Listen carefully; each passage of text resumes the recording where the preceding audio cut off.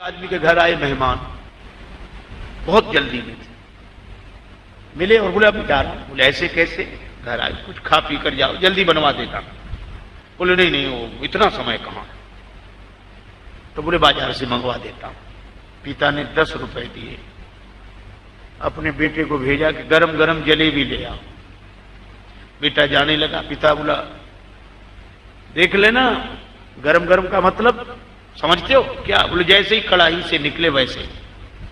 बेटा गया, हलवाई जलेबी बना रहा था, एक कढ़ाई से जैसे ही उसने जलेबी निकाली और दूसरी कढ़ाई में डालने लगा, चाशनी वाली।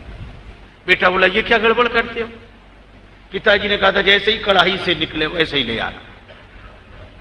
अच्छा अब आप बताओ, अगर एक ही कढ़ाई से निकली वह जलेबी ले आए तो सिकी तो खरी है, खरी है, इसमें कोई संदेह नहीं, खरी है, लेकिन स्वाद आएगा नहीं आएगा जब तक चाशनी में न डुबोई जाए। बस यही है, अपनी वाणी की जलेबी को सत्य की कढ़ाई में खरी सेक तो लो, लेकिन शील की चाशनी में डुबोकर सामने वाले को दो। कई लोग कहते हम तो साफ बोलते, किसी को बुरा लगे चाहे भला, साफ। बहुत लोग कहते सत्य तो कड़वा होता है।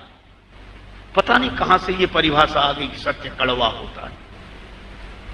हमारे यहां सत्य बोलने की महिमा पर जोर है, पर साथ साथ प्रिय बोलने की। सत्यम ब्रूयात प्रियम ब्रूयात, न ब्रूयात सत्यम अप्रियम, अप्रिय सत्य मत बोलो। एक कवि ने तो कहा कि परमात्मा ने इस शरीर की संरचना में अस्थि का उपयोग किया है, प्रत्येक अंग में हड्डियां ही हड्डियां, लेकिन एक यह जिह्वा ऐसी है कि इसमें कोई अस्थि का प्रयोग नहीं किया।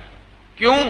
उस कवि ने कहा कि कुदरत को ना पसंद थी सख्ती बयान में, कुदरत को ना पसंद है सख्ती बयान में, इसीलिए तो दी नहीं हड्डी जवान में।